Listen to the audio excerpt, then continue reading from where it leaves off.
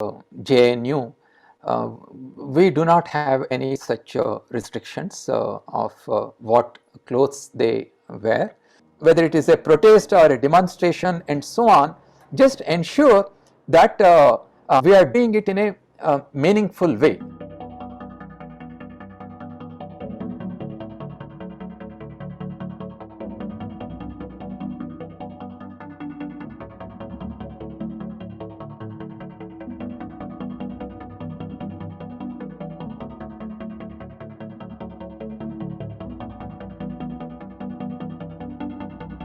I do not know the background of the whole thing, of the incident that took place, but if I look at my own university, JNU, we do not have any such restrictions of what clothes they wear. So I can only talk about my institution and the practices here. No such dress code as far as our university is concerned. So therefore, I wouldn't like to get into the incident that you are mentioning, because I am not aware of the ground realities. You know, today I am wearing this coat because weather is very cold, and tomorrow I may go to my office in a kurta because it is very hot. I think clothes are more to do with the weather conditions, right, and the comfort level that one has. So naturally we have adopted the clothing practices which are more suitable to the Delhi weather here, and we have neither introduced any new thing or done anything as far as the clothing is concerned. It's a societal practice and that is going on, and we have nothing to say anything on the clothing patterns of our students. In our university, we have never looked at this issue at all. In our university, students, they wear whatever they wish to wear, which are civil in nature, in the sense that you don't walk into a classroom, you know, in a sleeveless t-shirt, for example, whether it is female or a male. Yes, that is suitable for playing, but having said that, I don't mind even if a student comes in a sleeveless t-shirt to the classroom. I don't mind at all. So that's all I can say on this. I am to myself, I am very, very flexible to kind of clothing my students have in my classroom. My first priority is going to be the speedy implementation of the national education policy. But having said that, there are several challenges that the national education policy addresses. For example, creating physical structure, building new higher educational institutes, that will take time. They cannot be created overnight, right? And then you have restricted options to the aspiring students because of the limited number of seats across the country. We have close to 300 million students in the school system, in our educational system, about 40 million students in the higher educational institutes, but much more than that number would like to have access to higher educational institutes. So that is going to be a challenge for us. How do we provide better access and equity in higher education? And then today we are a knowledge society, and higher educational institutes cannot insulate themselves from absorbing the technology as part of the learning, teaching learning processes. So the national education policy tries to address many of these challenges. Therefore, that is going to be my first priority. I will sit together with the officers of UGC and also the officials of Ministry of Education, work out a kind of time plan which can be implemented. But however, in a sector like education, nothing can be done as a top-down approach. It has to be done by taking feedback from the stakeholders, by sitting across the table and understanding the challenges that our educational institutions are facing, and try to find the solutions collectively So that is what needs to be done in the higher education sector.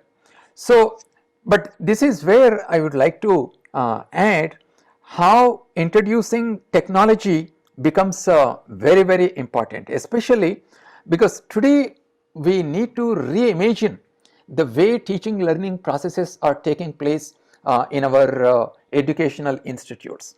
And we also need to reform the university governance systems and clearly define what are the goals of our higher education.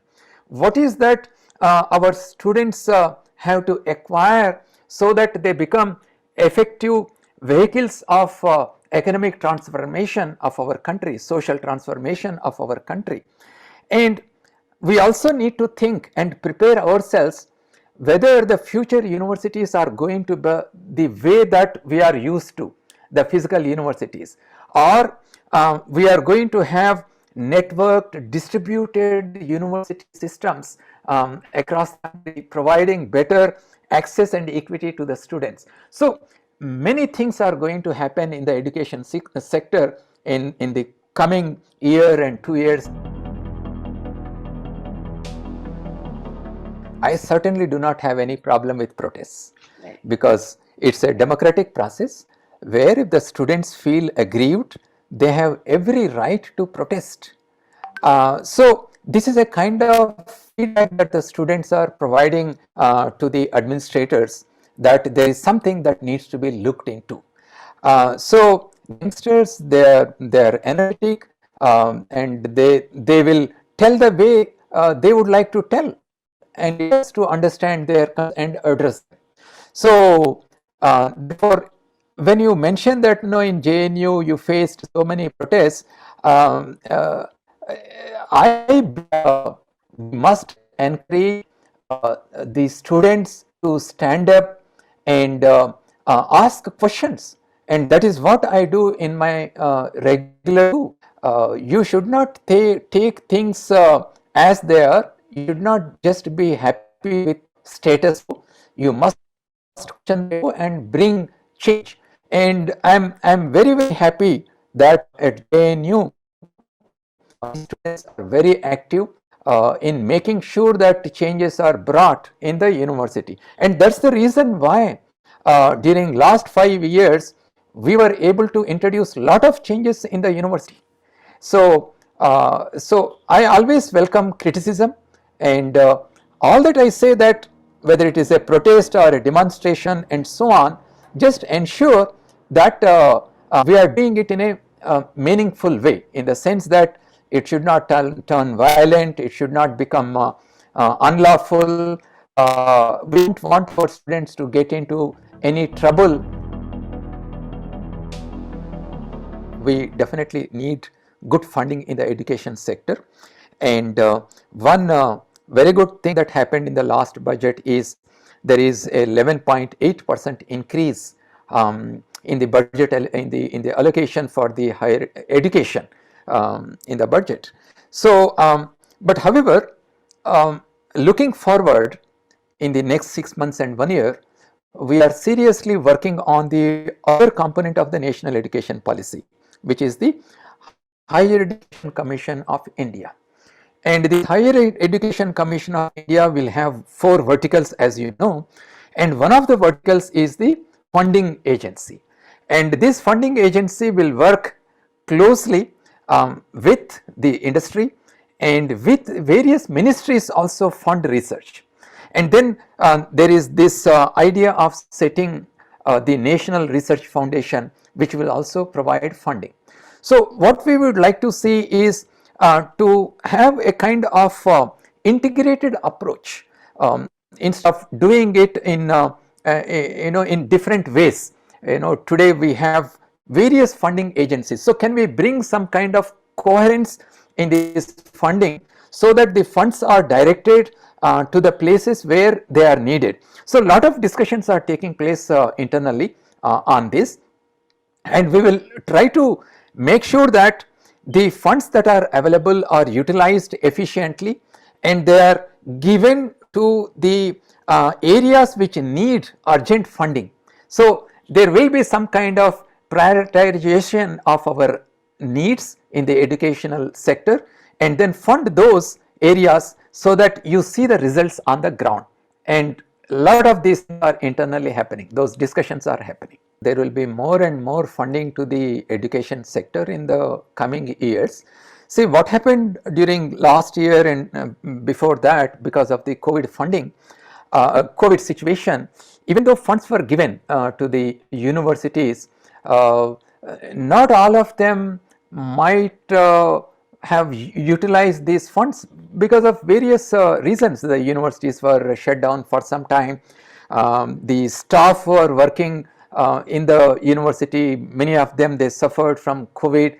So there was a kind of slowdown in how much amount could have been spent during the COVID. But now that we are coming out of the COVID situation, there will be increased spending of the funding allocated to the universities. And I would like to personally interact with the vice chancellors and understand if they have any problems in spending the allocated funds within the timelines, and make sure that these funds are efficiently utilized. So this is an ongoing process, and I am very optimistic that there will be more increased funding in the higher education sector.